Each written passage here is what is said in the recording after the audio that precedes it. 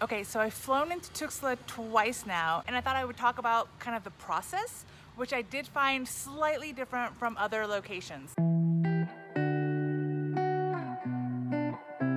So my original flight in July was on a Thursday night coming from Merida, landing in Tuxtla at around 9 p.m., which was a slight concern, but it was an inexpensive flight, so I was good with it. Now, that Thursday, the day of my flight, I checked what time I had to be at the airport, all of that jazz, and I found out that without letting me know, I didn't get an email, I didn't get any notifications. They had moved my flight to Friday morning. So it worked out. I talked to my landlady, she was cool with me staying an extra night. I was able to get an Uber for that morning, so everything ultimately worked out. But I will say, like the last couple of years, it's not uncommon for a flight to get canceled, to be pushed forward, to be pushed back. And so definitely, especially around the time that you're planning on flying, check your app, check the airline, and confirm when your flight is actually happening, because it could be a whole different flight. And this also happened to Karen when she first came to San Cris. Her flight was moved forward several hours and she had to accommodate that, right? So she could have easily missed her flight had she not checked. Okay, so for this most recent flight, we did land at 9 p.m. Nothing went wrong. The flight did not change from when I scheduled it to when I actually took the flight. And super cool, I did not pay for seats, but we got the very first row. Like we were in 1E and 1F, which was pretty cool. Must clear aisles as quickly as possible.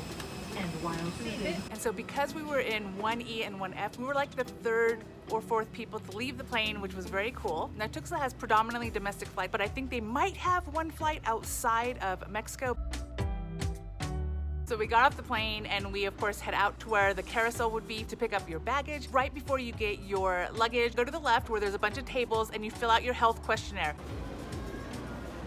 The same one you should have filled when you got onto the flight, you're gonna fill again when you get off the flight. The only difference between the two forms, it's got the same information, your name, what flight were you on, where have you been in the last 14 days in terms of like what country. But on the Tuxtla one, and this was the same back in July, they have a little line where you have to add your age, which I've always found kind of unique.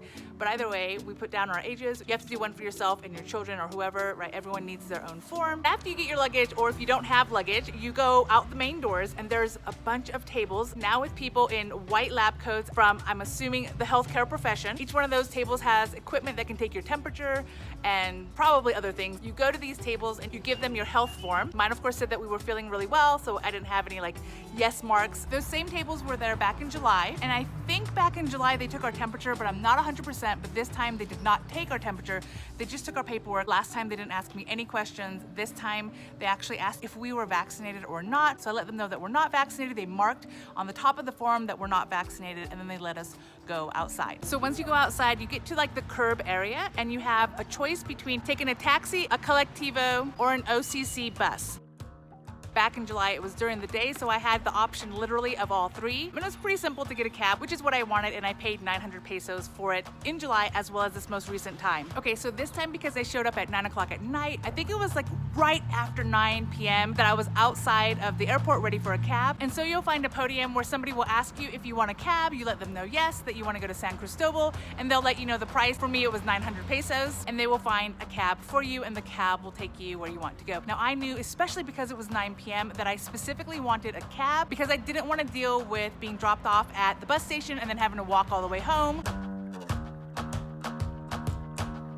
I was already tired and just ready to call the travel day over. And of course, Alex was also tired. So I was glad to get a cab. I probably waited about 5 minutes for my taxi. I'm told that you should be able to get a taxi to come back to San Cris anytime. And I'm also told that a lot of people share a taxi ride just to cut the cost. And of course, so you're not waiting forever for a taxi, especially in the backpacker community where a lot of people travel by themselves. It is considered common to share a taxi ride to get to San Cris so you can split the cost. And of course, so you're not waiting for another taxi because sometimes there might be a wait. Again, I waited like 5 minutes for my taxi because there were no taxis available when I first exited the building. Now the last OCC shuttle, which is a van that will take you back to the bus station in San Cris, I'm told ends at 9 p.m. So I'm assuming I just missed it, and 9 p.m. is really an unfortunate time because there's actually a lot of flights that arrive at 9 p.m. in Tuxtla. However, if you are landing before 9 p.m., you have a good chance of catching the shuttle. It's about 250 pesos a person, so it would have been 500 pesos for Alex and myself. When we left San Cris to go to the US back in November, that's what we took. We took the OCC shuttle for that same price.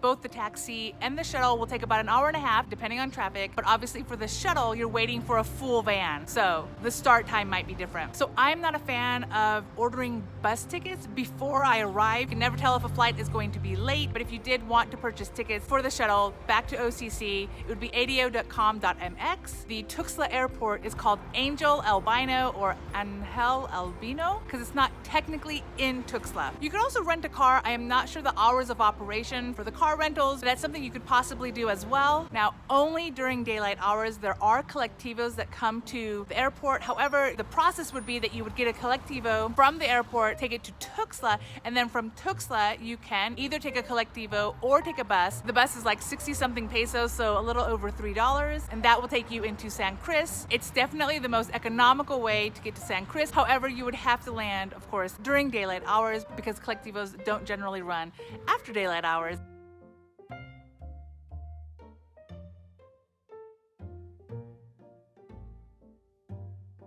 I am not 100% sure how much the Colectivo from the airport to Tuxtla costs, but I imagine it's going to be pretty reasonable and certainly much less than taking the shuttle van all the way to San Cristobal. Oh, one other option you have is, of course, to hire a taxi to wait for you at the airport, but Karen used this option and she didn't have necessarily the best results. So in my opinion, just take the taxis that are already there. One, because they're kind of, I don't know if they're officially unionized, but there are preferential taxis specifically for the airport. And so while I'm sure any taxi would be happy to take you from the airport all the way to San Cris, you might come up with some difficulties because that taxi may not actually be able to go all the way to the same curbside pickup that the other taxis are able to go to. So and you're gonna be paying more for those cabs than if you just pay for the cab that's already available.